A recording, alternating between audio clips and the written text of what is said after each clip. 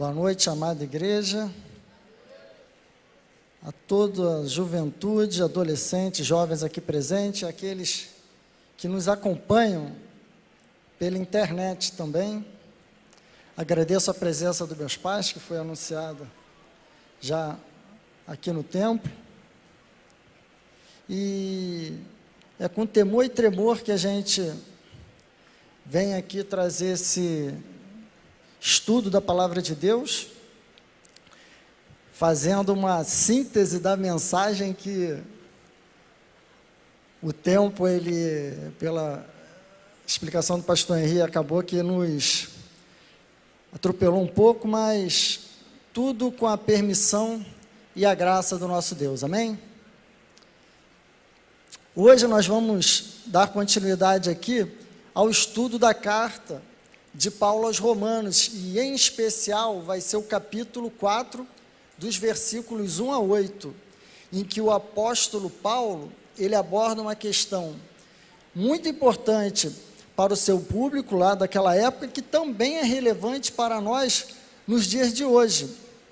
E peço atenção, porque o tema da mensagem, ele já nos transmite muita informação, que é, pode colocar o primeiro, Deus não nos deve nada. E vai ser dentro dos versículos de 1 a 8. Dentro dessa questão da carta de Paulo aos Romanos, que já vem sendo estudada durante esses meses que o pastor Henri vem desenvolvendo todo o estudo dessa importante carta teológica, sempre a gente vem dando aqui um pouco de contextualização, que a carta foi escrita ali entre o ano 56 e 57 em Corinto, que ele escreveu essa carta aos Romanos como uma forma de apresentar ali a si e aos seus ensinamentos para aquela igreja de Roma que ele nunca teve contato anteriormente. E Romanos é um dos documentos teológicos assim mais relevantes para toda a cristandade, e a sua influência no curso da história cristã, ela tem importância considerável. Então eu peço aos amados irmãos que reflitam em cada ponto que será aqui abordado.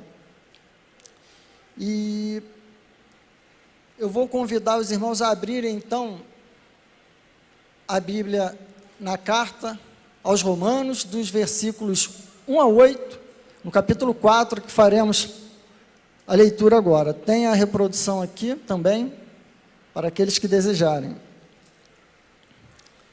Leiamos. Portanto, que diremos do nosso antepassado Abraão? Se de fato Abraão foi justificado pelas obras, ele tem do que se gloriar, mas não diante de Deus. Que diz a Escritura? Abraão creu em Deus e isso lhe foi creditado como justiça. Ora, o salário do homem que trabalha não é considerado como favor, mas como dívida. Todavia, aquele que não trabalha, mas confia em Deus, que justifica o ímpio, sua fé lhe é creditada como justiça. Davi diz a mesma coisa, quando fala da felicidade do homem a quem Deus acredita justiça, independentemente de obras. Como são felizes aqueles que têm suas transgressões perdoadas, cujos pecados são apagados. Como é feliz aquele a quem o Senhor não atribui culpa. Amém? Oremos. Pai de amor, Pai de imensa bondade, glorificado e exaltado seja o teu santo nome, Deus. Muito obrigado, ó Pai, pela oportunidade de estarmos aqui agora, cultuando a Ti, glorificando o Teu santo nome, adorando, ó Pai, a Ti, o único Deus digno de honra e adoração. Esteja conosco aqui agora, trazendo, ó Pai, por meio do Teu Espírito Santo, a mensagem, Senhor Deus, aos corações de cada um aqui presente e do meu coração, ó Pai. Usa o Teu servo como instrumento para proclamar a Tua verdade, ó Pai. Tudo isso é o que eu lhe peço, e desde já eu lhe agradeço em nome de Jesus. Amém. Deus não nos deve nada. Inicialmente, eu gostaria de destacar que Paulo, ele desenvolve aqui os pontos em que tocou por alto em Romanos 3, de 27 a 31, ao se referir à história de Abraão. Era importante que Paulo citasse Abraão nesse momento por duas razões. Primeiro, porque o judaísmo tinha Abraão por muita consideração e tendia a vê-lo como um grande pioneiro da religiosidade da Torá. E entendiam que ele agradou a Deus acima de tudo por sua obediência à lei.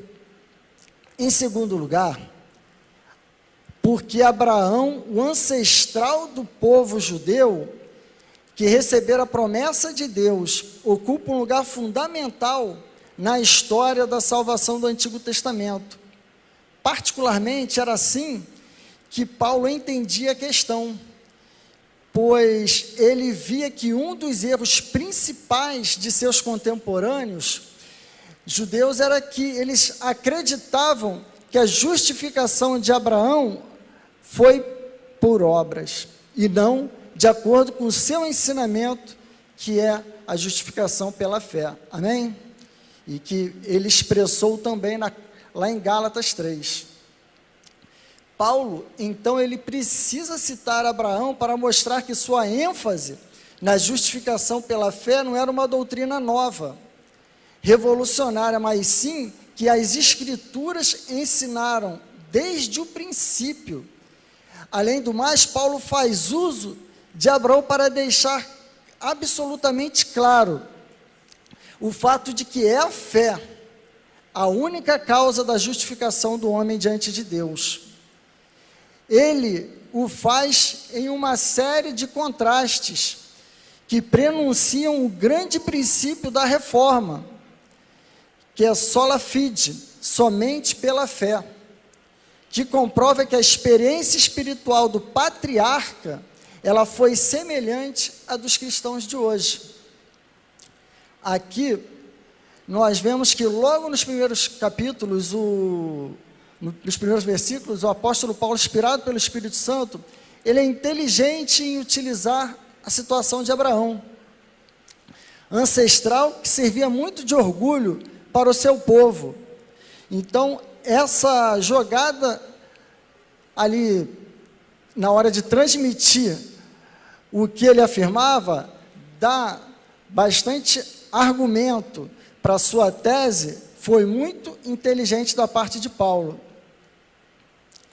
Paulo, ele sabia que a questão era importante, porque ali em Roma tinham muitos judeus, e pelo fato dessa presença em Roma, dos judeus em Roma, ser muito massiva, esse entendimento ali na igreja, de que Abraão havia sido justificado por obras, era muito sustentada pelos rabinos ali da localidade, que eles diziam que Deus revelou a lei de Moisés de uma forma sigilosa para Abraão, porque Moisés recebeu a lei 430 anos depois de Abraão ali ser justificado por Deus. Então eles faziam essa teoria. Por que é teoria? Porque não tem lugar nenhum na Torá, nem nas Escrituras, que afirme que Abraão foi justificado por obras. Paulo, então, ele responde agora essa questão.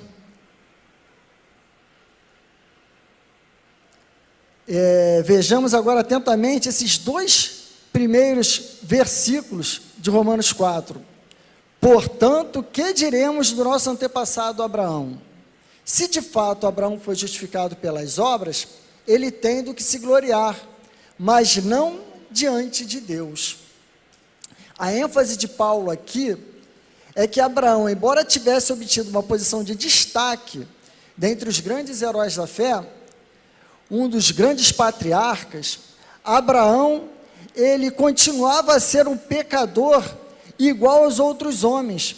Diante de Deus, a santidade de Abraão, A santidade de Abraão, ela se dissolvia em nada. Diante de Deus justo, a santidade de Abraão não era nada, de um Deus reto, todo-poderoso, imutável e santo. Abraão não tinha nada do que se vangloriar. Abraão nunca poderia ter feito o suficiente para ser aceito por Deus, isto de acordo com Romanos 3:23, que diz: pois todos pecaram e estão destituídos da glória de Deus. E Paulo, para corroborar a sua tese, ele usa a própria Torá para fundamentá-la, pois os judeus tinham por muito apreço as Escrituras como palavra inspirada e revelada do próprio Deus. Era como se lhes dissessem, depois dele falar os 2 versículos, ele fala: então, vamos lá consultar as Escrituras para ver o que Deus está falando sobre isso. Lá no verso 3, que diz a Escritura? Abraão creu em Deus e isso lhe foi creditado como justiça. Seria como Paulo falasse mesmo, claramente: vamos lá perguntar para Deus, já que a minha tese é de que ele foi justificado pela fé, a de vocês é que é pelas obras, vamos ver na Escritura o que fala a respeito. E essa passagem que o Paulo faz citação, ela se encontra lá em Gênesis 15:6, que diz: Abraão creu no Senhor e isso lhe foi creditado como justiça. Aqui, nesse evento de Gênesis 15:6, Abraão, ele havia derrotado os reis e se perguntava se voltariam a lutar. Deus lhe apareceu em uma visão e disse: não temas, Abraão, eu sou contigo, eu sou o teu escudo e teu galardão. Você será sobremaneira grande. No entanto, o maior desejo de Abraão era ter um filho, para que a promessa de Deus se cumprisse na sua vida. Aquela promessa de que deles seria feita uma grande nação. Então, o que afligia muito o coração de Abraão era o fato de desejar ter um filho. Mas até naquela época, aquela promessa ainda não tinha sido cumprida. E foi nessa ocasião que Deus lhe disse para olhar para as estrelas. E prometeu: será assim a tua descendência. E Abraão creu na promessa de Deus. Abraão era um homem de fé e recebeu esse título de pai da fé, mas a fé não é uma obra meritória. Temos que nos atentar para isso. O pastor John MacArthur, ele diz: atenção, a fé nunca é o fundamento da justificação, é simplesmente o canal pela qual ela é recebida, e também é um presente, e está de acordo com Efésios 2:8, pois vocês são salvos pela graça por meio da fé, e isto não vem de vocês, é dom de Deus. O pastor Hernani Dias Lopes também ele diz que a justificação ela tem como base a morte e a ressurreição de Cristo, de acordo com o versículo 25 de Romanos 4, que diz: ele foi entregue à morte por nossos pecados e ressuscitado para a nossa justificação. Por quê? Nossos pecados, eles foram lançados sobre Cristo. Ele morreu. Para garantir a eficácia de sua obra vicária, ele ressuscitou. Tanto a morte como a ressurreição de Cristo são obras de Deus Pai. Ele o entregou e o ressuscitou. A ressurreição de Cristo é a garantia de que Deus aceitou o sacrifício de seu Filho em nosso lugar e em nosso favor. Mas lembrem-se de que não podemos nos vangloriar em relação àqueles que ainda não tiveram um encontro com Jesus. A mesma fé que nós temos salvífica. Pois esta fé não é conquistada por nosso mérito, mas concedida por Deus pela graça. Próximo slide. A fé de Abraão é semelhante à nossa. Nesse sentido, também temos Romanos 4, 23, 24. As palavras lhe foi creditado, não foram escritas apenas para ele, mas também para nós, a quem Deus creditará a justiça, para nós que cremos naquele que ressuscitou dos mortos, a Jesus, nosso Senhor. Abraão, então, ele olhou o quê? Para o futuro. Ele creu na promessa de Deus de que ele seria o pai de muitas nações, que Deus haveria de mandar o descendente que abençoaria todas as nações. Não que Abraão não tenha levado em consideração sua idade avançada e a de Sara, sua mulher, mas quando pôs contra elas a promessa de Deus, ele viu que a certeza da capacidade e a vontade de Deus sobrepujava todas essas dificuldades. Ele não teve nada em que apoiar-se, senão a pura e simples palavra de Deus. Ele confiou nela e sua fé ganhou o favor de Deus. Amém? Da mesma forma, é a nossa fé. Pastor Augusto Nicodemos, ele ensina que a diferença é que Abraão olhou para o futuro, na promessa do envio do descendente, que abençoaria todas as nações, e que seria Jesus, e nós olhamos para trás.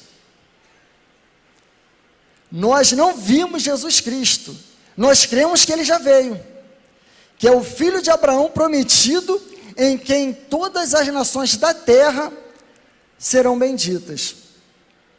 A Bíblia, ela foi escrita para nosso ensino. Examinar como Deus justificou a Abraão no passado é conhecer como Deus nos justifica hoje. Assim diz ali aquelas passagens ali. Abraão é nosso pai de todos nós, crentes de todos os tempos. Sua fé é nossa fé. O que dele se diz é válido ao nosso respeito.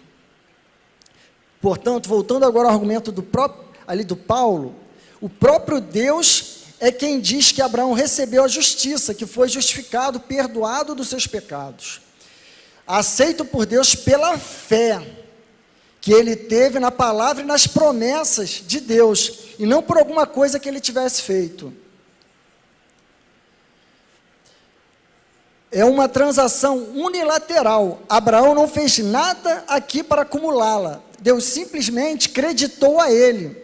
Deus tomou sua própria justiça e acreditou a Abraão. E como se fosse realmente dele, como se fosse do próprio Abraão. E o fez por quê? Porque Abraão creu nele. Assim como também faz conosco quando cremos em Cristo Jesus. Próximo slide. Agora, nos versículos 4 e 5, Paulo vai fazer um contraste entre dois sistemas de salvação, entre dois tipos de religiões existentes no mundo. A religião do mérito, defendida pelo judaísmo, e a que Paulo estava ensinando, que é baseada na graça. Vejamos esses dois versículos. Ora, o salário do homem que trabalha não é considerado como favor, mas como dívida. Todavia, aquele que não trabalha, mas confia em Deus, que justifica o ímpio, sua fé lhe é creditada como justiça. Novamente, é importante destacar que o termo imputar de Romanos 4,3 é uma palavra grega que significa colocar na conta de alguém, depositar. É um termo bancário, é o mesmo verbo, é usado várias vezes aí neste capítulo de Romanos. São cerca de 11 vezes.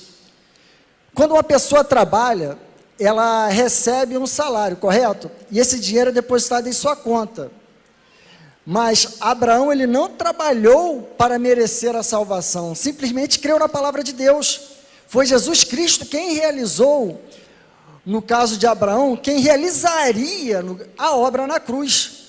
E sua justiça foi colocada na conta de Abraão. E de acordo com o versículo 4, aquela pessoa que busca Deus por seus esforços, busca agradar a Ele, pagando promessas, fazendo ofertas, dando esmolas, cumprindo ritos religiosos, esta pessoa trabalha como um trabalhador qualquer, para tentar obter de Deus alguma coisa. Na religião das obras, neste caso, o que Deus lhe der não é favor, mas é salário. Deus passa a ser devedor desta pessoa. Deus é obrigado a lhe salvar. Deus contraiu uma dívida com ela, e esta situação na Bíblia é impensável. Quando você recebe o seu salário no final do mês, você vai lá, chegar no seu empregador, muito obrigado, o senhor foi e honrou aí com o salário, bateu certinho lá, muito obrigado. Não vai. Mas não vai por quê? Porque o trabalho de vocês é uma dívida que o trabalhador tem, que o empregador tem para com o trabalhador. Vocês fizeram jus, vocês fizeram a parte de vocês. E o empregador tem que fazer a parte dele, que é o quê? Acreditar o salário na conta de vocês. Mas Deus, quanto à religião das obras, Deus não nos deve nada. Não há nada que esteja ao nosso alcance fazer que venha a ser capaz de colocar Deus em uma situação de nosso devedor. Em vários relatos bíblicos podemos verificar o que acontecia quando alguém se encontrava na situação de devedor de uma dívida. Nós temos, no próximo slide, 2 Reis 4:1. Leiamos: certo dia, a mulher de um dos discípulos dos profetas foi falar a Eliseu: teu servo, meu marido, morreu, e tu sabes que ele temia o Senhor, mas agora vem um credor que está querendo levar meus 2 filhos como escravos. Aqui fica evidente o que acontecia com aquela pessoa que não quitava logo sua dívida. Ela ficava na posição de serva de alguém que passava a ser seu senhor. Aqui o Senhor tomaria seus filhos como escravos. Na famigerada teologia da prosperidade, muito difundida em nosso país, em algumas pseudo-igrejas, por pseudos pastores, a situação é a mesma. A pessoa é incentivada a dar dinheiro, a fazer várias coisas para a igreja. Não que seja errado dizimar, que seja errado ofertar, servir na igreja, mas aqui a motivação que é distorcida. Os propósitos não são para glorificar a Deus, são apenas exclusivamente para atender aos interesses do homem. E qual a consequência deste falso ensino? O pseudo-crente vai fazer um monte de coisas e vai esperar o quê? Aquilo que lhe foi prometido pelo pseudo-pastor aconteça, que receba 10 vezes mais do que aquilo que ofertou, que prospere, que tenha muito sucesso. Mas como na maioria das vezes isso não vai acontecer, esta pessoa vai se sentir frustrada e dirá: fiz isso e aquilo para você, Deus, e quando é que serei abençoado? Isso acabará o quê? Por afastá-lo, ao invés de aproximá-lo de Deus. Vai afastá-lo da verdade do Evangelho. Muitos destes são mais difíceis de se converterem do que aqueles que nunca ouviram ou tiveram contato com a palavra de Deus. O fato é que este crente frustrado, para alimentar esta sua esperança, ele já começa até a ouvir o dia todo aquela música, né? Que a minha vitória vai ter sabor de... Ele começa a ficar vingativo, né? Vai ter sabor de mel, começa a cantar essa música. É o efeito que é dos ensinos dos falsos profetas.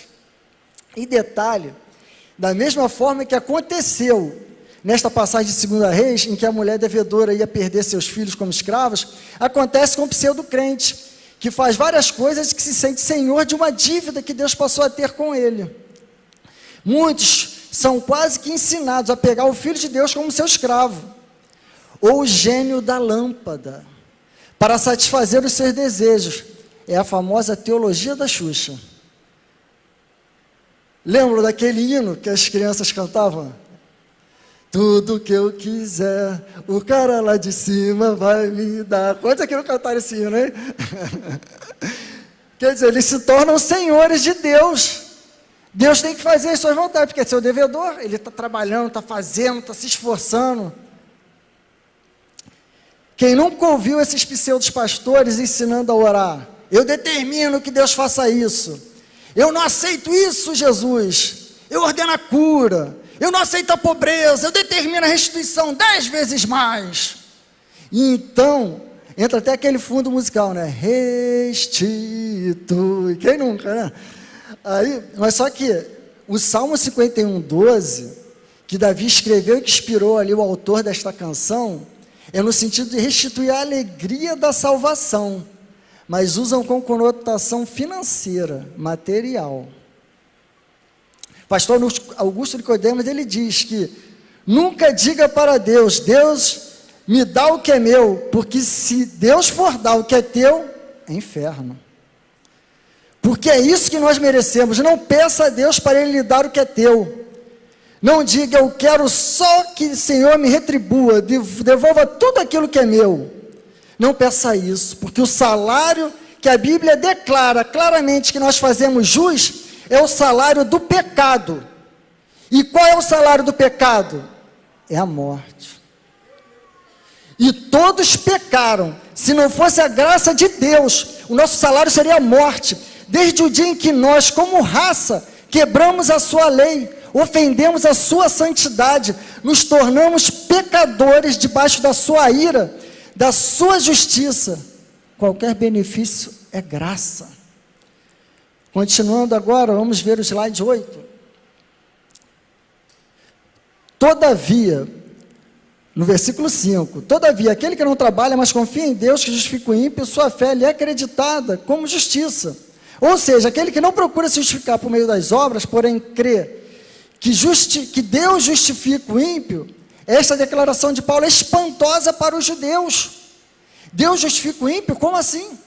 A lei diz, porque não justificarei o ímpio, lá em Êxodo 23, 7. A ordem para o juiz do Antigo Testamento era que justificasse ao justo e condenasse o culpado, como em Deuteronômio 25, 1. Então, vamos agora também ao versículo, olha aqui, ó, em Romanos 5, 6, também podemos ler, de fato, no devido tempo, quando ainda éramos fracos, Cristo morreu pelos ímpios. Então, é bíblico. Deus justifica o ímpio mesmo. Aquele ensino dos judeus, de que teria que ser bom para ser merecedor de alguma coisa de Deus, isso é um ensino não bíblico. Então, vamos ao slide 9. O próprio Jesus, ele nos deu um bom exemplo de que não conseguimos nos justificar pelas obras, por tudo que nós fizermos, por nossos esforços, mas a justificação chega quando reconhecemos que não somos merecedores de nada, que não seja a ira de Deus. Leiamos Lucas 18, 9 e 14. Há alguns que confiavam, presta atenção, na sua própria justiça e desprezavam os outros. Jesus contou esta parábola. 2 homens subiram ao templo para orar. Um era fariseu e o outro publicano. O fariseu em pé orava no íntimo. Deus, eu te agradeço porque não sou como os outros homens, ladrões, corruptos, adúlteros, nem mesmo como este publicano. Jejuo 2 vezes por semana e dou o dízimo de tudo que ganho. Mas o publicano ficou à distância. Ele nem ousava olhar para o céu, mas batendo no peito dizia, Deus tem misericórdia de mim, que sou pecador. Eu lhes digo que este homem, e não outro, foi para casa justificado diante de Deus. Pois quem se exalta será humilhado, e quem se humilha será exaltado. Então agora nos versículos 6 e 8, Paulo, ele usa Davi como sua segunda testemunha. Abraão e Davi, eles são os 2 personagens mais conhecidos do Antigo Testamento. Então, Paulo, ele foi muito hábil em trazer 2 testemunhas como comprovação da sua tese. Paulo, ele usa o Salmo 32 ali, que Davi escreveu no momento de arrependimento posterior àquele pecado gravíssimo que ele cometeu, de adultério e homicídio, contra o marido de Betseba, Urias. Slide 10.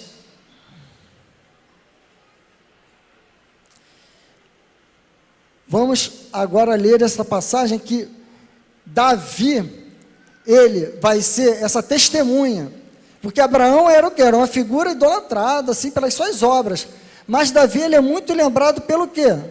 Pelo que ele fez de errado. Davi diz a mesma coisa, quando fala da felicidade do homem, a quem Deus acredita justiça, independentemente de obras, no versículo 6, o 7, como são felizes aqueles que têm suas transgressões perdoadas, cujos pecados são apagados, como é feliz aquele a quem o Senhor não atribui culpa. Não existe felicidade maior no mundo do que ter a sua culpa, a sua justificação diante de Deus garantida. A felicidade do homem não está nos seus bens, mas é saber que não depende dele fazer nenhum esforço que não seja ter fé no que Cristo já fez por ele naquela cruz. É claro que o pecado de Davi, ele teve castigo. Aqui o seu filho, fruto do adultério, ele morreu. A espada jamais se afastou da família de Davi, da casa dele. Mas Davi, diante de Deus, foi perdoado. Davi conheceu a bênção da justiça imputada. Assim, então, como os exemplos de Davi e Abraão, o apóstolo Paulo, ele provou o seu ponto de que o homem não é justificado por obras da lei, mas sim mediante a fé. Amados, concluindo, nós podemos aplicar duas coisas aqui nesta passagem no estudo de hoje. A primeira lição que precisamos lembrar é, próximo slide, as pessoas sempre foram salvas da mesma maneira. Alguns crentes pensam que Velho Testamento é lei, Novo Testamento é graça. Pensam que no Antigo Testamento as pessoas literalmente se salvavam guardando a lei, e no Novo Testamento elas são salvas mediante a graça. Mas nunca foi desta forma, não existe versículo nenhum na Bíblia que ensina isso. As pessoas no Antigo e no Novo foram e são salvas da mesma maneira, pela graça, sola graça. A justificação pelas obras, ela coloca a glória da salvação no homem, e não em Deus. A justificação pelas obras exalta o homem, e dá a ele o direito de se gloriar por causa de sua própria salvação. Essa vã pretensão faz do homem o autor da sua própria salvação. O coração do homem, ele é baseado no mérito. Não gostamos de ficar devendo favor, não é verdade? E nós temos o exemplo, ou vários exemplos na Bíblia, de que os heróis da fé, como Daniel, Ezequiel, Isaías, todos foram salvos mediante a confiança nas promessas de Deus. Só que eles criam olhando para o Messias que haveria de vir. E nós agora cremos no Messias que veio, olhamos para o passado, mas é do mesmo jeito. Então, vamos agora para o slide 12, concretizando, aqui, finalizando o nosso estudo.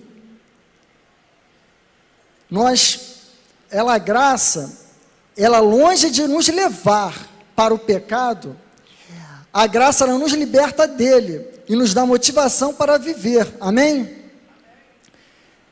No slide 12 nós temos aqui, a segunda lição desta passagem vem aqui, tanto gente da vida moral elevada com Abraão, quanto gente que cometeu pecados gravíssimos como Davi, eles são justificados por Deus na mesma base, que é o sacrifício de Cristo Jesus na cruz, sempre na mesma base, porque a moralidade de Abraão, ela nunca foi suficiente para justificá-lo diante de Deus, e o pecado de Davi nunca foi tão grave a ponto de afastá-lo da graça e da misericórdia de Deus.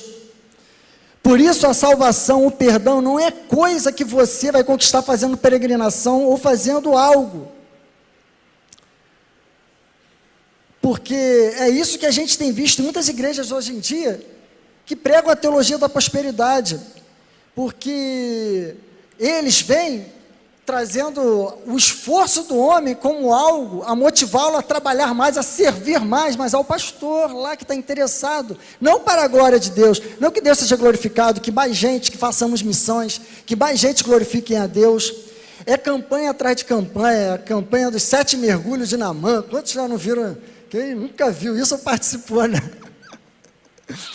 Quantos que estão perecendo diante do falso ensino? E era isso que Paulo, ele combatia, e nós temos a missão de fazer agora. É importante, amados, que após ouvirmos tudo que o Espírito Santo, por sua infinita graça e misericórdia, nos entregou aqui nesta noite, que nós apliquemos estas palavras em nossas vidas, em especial você que se sente um ímpio, um pecador, você que não tem obras, que não tem mérito, e que tem plena consciência de que não tem nada que justifique você diante de Deus. Então você que se encontra nessa posição, está no ponto em que você pode ser salvo, porque é quando você reconhece que é um miserável pecador, merecedor da justa e santa ira de Deus, de uma justa condenação, é só quando você está neste ponto, é que você está pronto para ser salvo. Mas quando você achar que merece alguma coisa, que Deus tem que lhe dar alguma coisa, você ainda estará preso na armadilha, que é a tentativa de se justificar por obras, por merecimento. Você tem que renunciar a você mesmo. Então, peço atenção agora, em especial na pergunta mais importante da noite, talvez de suas vidas, e que você não pode ir para casa sem ter certeza da resposta, que pode mudar a sua vida. Quer ser justificado por Deus? O dia é hoje, o momento é agora, o lugar é aqui. E sabe o que você precisa fazer para ser justificado diante de Deus? Em jovens e adolescentes, sabe qual que é o segredo de tudo que foi dito aqui nesta noite? É que você não precisa fazer nada. Entregue e confie nas mãos de Deus, que Jesus já fez tudo por você lá na cruz. Mas sabe qual que é a notícia maravilhosa que Paulo nos deixou aqui em Romanos? É essa, é que é pela graça. Jesus deu tudo o que tinha, a sua vida, por amor a você naquela cruz. Também deu o que tinha de melhor por você. Foi Deus que entregou seu Filho para ser morto em nosso lugar, para que você aqui e agora só precise renunciar a você mesmo e reconheça que é um pecador que necessita se arrepender dos seus pecados e confiar, crer em Deus, ter fé que o Espírito Santo, de acordo com o que a palavra de Deus nos ensina, o Espírito Santo cuidará de você, ferida por ferida será sarada, culpa por culpa será retirada. Acredite nas palavras de Jesus quando ele disse em Mateus 11, 28 e 30, último slide: venham a mim todos que estão cansados e sobrecarregados, e eu lhes darei descanso. Tomem sobre vocês o meu jugo e aprendam de mim, pois sou manso e humilde de coração. Vocês encontrarão descanso para as suas almas, pois o meu jugo é suave e o meu fardo é leve. Amém.